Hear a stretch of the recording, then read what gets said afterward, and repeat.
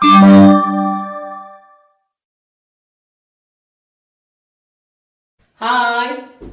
ഇന്ന് നമ്മളിവിടെ ഉണ്ടാക്കാൻ പോണത് ഒരു ടൊമാറ്റോ റൈസ് ആണ്.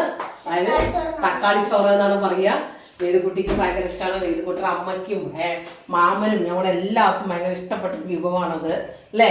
സിമ്പിൾ ആയിട്ട് ഉണ്ടാക്കാൻ പറ്റും. അപ്പൊ നമ്മൾ ഒരു ദിവസം രാവിലെ നമുക്ക് എണീച്ചിട്ട് ഒന്നും വയ്യാന്ന് തോന്നുകയാണെങ്കിൽ അപ്പൊ നമ്മൾ രാവിലെ എണീച്ച് പെട്ടെന്ന് കുറച്ച് ഉള്ളിയും തക്കാളിയും വീട്ടിലുണ്ടായാൽ മതി. അപ്പൊ നമുക്ക് വേഗം കുറച്ച് ചോറ് വെച്ചിട്ട് മുളകും ചോറ് വെച്ചിട്ട് നമുക്ക് പെട്ടെന്ന് ഉണ്ടാക്കാൻ പറ്റുന്ന ഒന്നാണത്. പിന്നെ നമ്മളിപ്പോ ഒരു യാത്രയൊക്കെ പോവാണ്, രാവിലെ പെട്ടെന്ന് എന്താണ് ഭക്ഷണം ഉണ്ടാക്കിക്കൊണ്ട് ട്രെയിനിലൊക്കെ പോകുമ്പോൾ നമുക്ക് ട്രെയിനിലത്തെ ഭക്ഷണങ്ങളൊന്നും വാങ്ങിച്ച് കഴിക്കാൻ പറ്റില്ലല്ലോ അല്ലേ. അപ്പൊ ഞങ്ങൾ എപ്പോൾ ട്രെയിനിൽ പോവുകയാണെങ്കിലും ഞങ്ങൾ ഇവിടുന്ന് ഉണ്ടാക്കിക്കൊണ്ടു പോകുന്ന രണ്ട് സാധനമാണ്. ഒന്ന് വെജിറ്റബിൾ ബിരിയാണി അല്ലെങ്കിൽ ടൊമാറ്റോ റൈസ് അല്ലേ. എളുപ്പം ഉണ്ടാക്കാൻ പറ്റുന്ന ടൊമാറ്റോ റൈസ് ആണ്. അപ്പൊ ഞങ്ങൾ ഇന്നൊരു യാത്ര പോവുകയാണ് എറണാകുളത്തേക്ക്. വേദുവിന്റെ പുതിയൊരു സിനിമ ഷൂട്ടിങ് തുടങ്ങുകയാണ്. അപ്പൊ അതിന് വേണ്ടി പോകുമ്പോൾ ഞങ്ങൾ ഉണ്ടാക്കി കൊണ്ടുപോകുന്ന വിഭവമാണ് ടൊമാറ്റോ റൈസ് അല്ലെ. ബാച്ചിലേഴ്സിനൊക്കെ ഉണ്ടാക്കാം. അതുപോലെ ഹോസ്റ്റലിൽ താമസിക്കുന്നവർക്കൊക്കെ പെട്ടെന്ന് ജോലി കഴിഞ്ഞ് പോകുമ്പോൾ എന്താ ഉണ്ടാക്കുക എന്ന് ആലോചിക്കുമ്പോൾ കുറച്ച് റൈസ്, ഉച്ചത്തെ റൈസ് ബാക്കിയുണ്ടെങ്കിൽ അതിനൊന്ന് വൈകുന്നേരം ചൂടാക്കി എടുത്തതിന് ശേഷം നമുക്ക് ഉണ്ടാക്കാൻ പറ്റുന്ന ഒന്നാണ്. ഇതിപ്പോ ഞാൻ ഒരു കപ്പ് പൊന്നി അരിയാണ് എടുത്തിരിക്കുന്നത്. ഞാൻ ഇവിടെ ഈ അരിയിലാണ് ഉണ്ടാക്കാറ്. കണ്ടോ, പൊന്നിയരി വേവിച്ച് വെച്ചിരിക്കുകയാണ്. ഇത്ര തന്നെ വേവ് വേണമെന്നൊന്നുമില്ല, വേവ് കുറച്ച് കമ്മിയാക്കിയിട്ട് മതി. ഉള്ളി നന്നായി ചുവന്ന് കളറ് വന്ന് വറുത്ത് വറവായി തുടങ്ങി. ഇനി നമുക്കിതിലേക്ക് നമ്മൾ അരിഞ്ഞ് വെച്ചിരിക്കുന്ന തക്കാളി ഇട്ട് കൊടുക്കാം.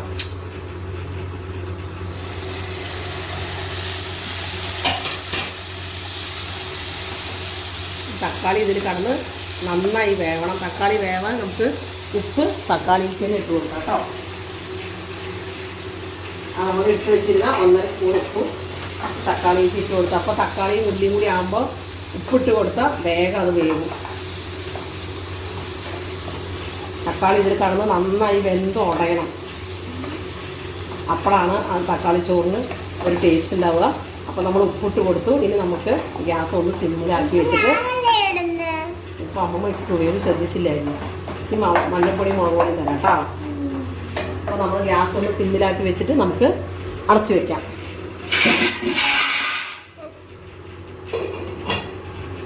കടന്ന് വേവട്ടെ.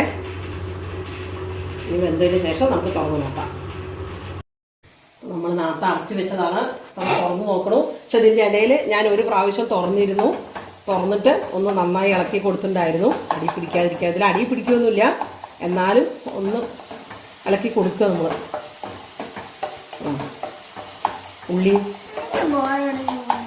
ഉള്ളി തക്കാളി കൊണ്ട് ഇതിൽ കടന്നിട്ട് നന്നായി വെന്തിട്ടുണ്ട്. ഇനി മസാല ചേർക്കണ്ടേ വേദു? എന്നാൽ മഞ്ഞപ്പൊടിയൊക്കെ എടുക്കൂ. ഏതാണ് മഞ്ഞപ്പൊടിയൊക്കെ ഇടുക കേട്ടോ. ഇപ്പം നമ്മൾ എടുത്ത് വെച്ചിരുന്ന 1/2 ടേബിൾ സ്പൂൺ മഞ്ഞപ്പൊടിയാണ് ഇട്ടത്. 1/2 സ്പൂൺ ആയത്. ഇനി മുളക് പൊടി എടുക്കും. അവളതിലുള്ളത് മുഴുവൻ കൊട്ടിയതാണ്. ഇത് നമ്മൾ 1.5 സ്പൂൺ മുളക് പൊടിയാണ് ഇട്ടിരിക്കുന്നത്. 1.5 സ്പൂൺ മുളക് പൊടി ഇട്ടു. എരി ആവശ്യമുള്ളവർക്ക് 2 സ്പൂൺ മുളക് പൊടി ഇടാം, അല്ലെങ്കിൽ 2 പച്ചമുളക് ഇടാം. എരി ഇനി കുറച്ചും കൂടി കമ്മിയായിട്ട് മതിയെന്നുണ്ടെങ്കിൽ 1.5 സ്പൂൺ മുളക് പൊടി ഇടണ്ട, 1 സ്പൂൺ മുളക് പൊടി ഇട്ടാൽ മതി. ഇതിട്ടിട്ട് ഇത് നന്നായി ഇളക്കി കൊടുക്കണം. ഇതിൻ്റെ പച്ചമണമൊക്കെ ഒന്ന് മാറണം, ഇല്ലെങ്കിൽ ആ മുളക് പൊടിയുടെ ഒക്കെ ഒരു കുത്ത് ചോറിൽ വരും. അപ്പോൾ നന്നായിട്ട് ഇളക്കി കൊടുക്കുക. സിമ്പിളായി ഉണ്ടാക്കാൻ പറ്റുന്ന ഒരു കറിയാണ്. അല്ല, കറി എന്നാ പറയുന്നത് ഞാൻ. തക്കാളി കൊണ്ട് കറി ഉണ്ടാക്കിയിട്ട് അതിൻ്റെ പേരെ പെട്ടെന്ന് ഓർമ്മ തന്നെ. റൈസാണ് നമ്മൾ ഉണ്ടാക്കണം അല്ലേ. പെട്ടെന്ന് ഉണ്ടാക്കാൻ പറ്റുന്ന ചോറാണ്. കുറേ ഉണ്ടല്ലോ നമ്മൾ കോക്കനട്ട് റൈസും കേർഡ് റൈസും ടൊമാറ്റോ റൈസ്, ഓരോ റൈസുകളായിട്ട് അത് അവസാനം നമ്മൾ ഇടുന്നു. അതിടെ അമ്മമ്മ ഇൻഗ്രീഡിയൻസ് പറഞ്ഞപ്പോൾ പറയാൻ മറന്നു. അതാണ് വേറെ മല്ലിയിലുണ്ട് പറയുന്നത്.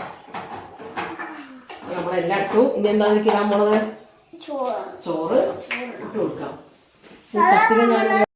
നമ്മൾ എടുത്ത് വെച്ചിരിക്കുന്ന ചോറ് കുറേശ്ശായിട്ട് ഇതിലേക്ക് ഇട്ട് കൊടുക്കുക.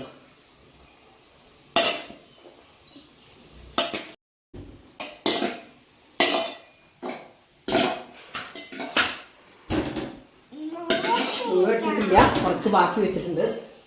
അത്രയാണ് നമ്മൾ ഇട്ടിട്ടുള്ളൂ.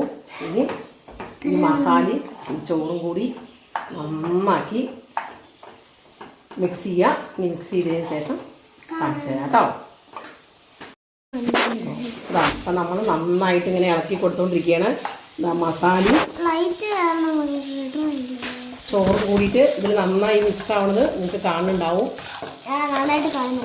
ചോറിൽ ഒരൊറ്റ വെള്ള കളർ പാടില്ല, എല്ലാം മസാല ഇറങ്ങിയുള്ള കളറായിരിക്കും അല്ലേ ഇത്.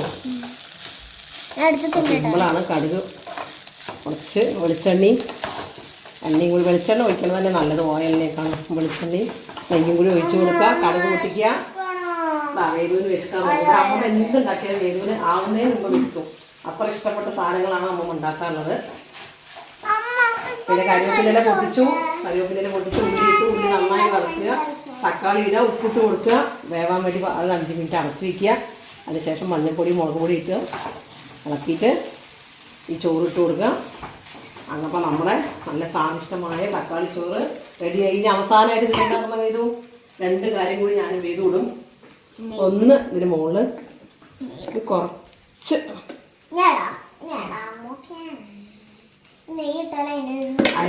നെയ്യിടുമ്പോൾ അതിനൊരു പ്രത്യേക ടേസ്റ്റാണ്. എല്ലാവരും ഇടാറുണ്ടോ എന്ന് എനിക്കറിയില്ല ഉണ്ടാക്കുന്നവർ.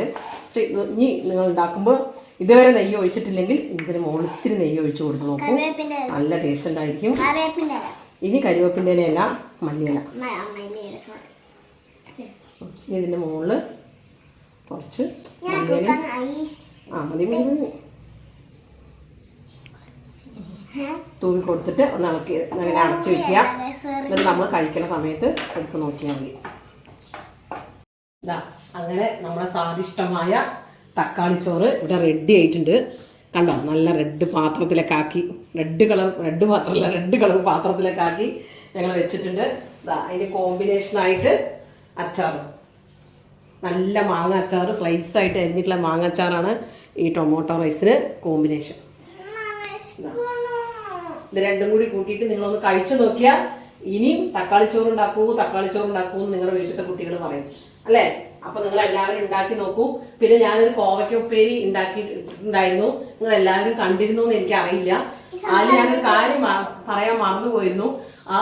നിങ്ങൾ എത്ര കോവയ്ക്ക കഴിക്കാൻ ഇഷ്ടമില്ലാത്തവരാണെങ്കിലും അങ്ങനെ ഉപ്പേരി ഉണ്ടാക്കി, ഞാൻ അതിൽ അധികം എണ്ണയൊന്നും ഒഴിച്ചിട്ടില്ല, അങ്ങനെ ഉപ്പേരി ഉണ്ടാക്കിയിട്ടുണ്ടെങ്കിൽ അത് നല്ല മുരുങ്ങനെ വരുന്ന ഉപ്പേരി ആയിരിക്കും. അപ്പൊ നിങ്ങൾക്ക് ചായക്കും കാപ്പിക്കും കൂടി വേണമെങ്കിൽ സ്നാക്സ് ആയിട്ട് പോലും അത് കഴിക്കാം. കാരണം കോവയ്ക്ക ശരീരത്തിന് നല്ലതാണെന്ന് അറിയാലോ, അതിന് നല്ല അയണൊക്കെ ഉണ്ട്. ആഴ്ചയിൽ 3 പ്രാവശ്യമെങ്കിലും കോവയ്ക്കൊക്കെ കഴിക്കണത് നല്ലതാണെന്ന് എല്ലാവരും പറയുന്നുണ്ട്, ഡോക്ടർമാരൊക്കെ പറയുന്നുണ്ട് കോവയ്ക്കും ക്യാരറ്റൊക്കെ കഴിക്കുന്നത്. അപ്പൊ ഇടയ്ക്കൊക്കെ നിങ്ങൾക്ക് വേണമെങ്കിൽ സ്നാക്സ് തടി കുറയ്ക്കാനൊക്കെ വേണമെങ്കിൽ സ്നാക്സ് ആയിട്ടൊക്കെ കോവയ്ക്ക എടുത്ത് ചായയും കാപ്പിയും കൂടെ അങ്ങനെ ഉപ്പേരി ഉണ്ടാക്കി കഴിക്കാം. എല്ലാവരും ഉണ്ടാക്കി നോക്കിയിട്ടുണ്ടാവും വിചാരിക്കുന്നു. ബൈ. അപ്പൊ അടുത്ത വീഡിയോയിൽ കാണാം. അങ്ങനെ നമ്മൾ ഉണ്ടാക്കിക്കൊണ്ടുവന്ന തക്കാളിച്ചോറ് വേദുവിന്റെ അമ്മയും കഴിക്കണം.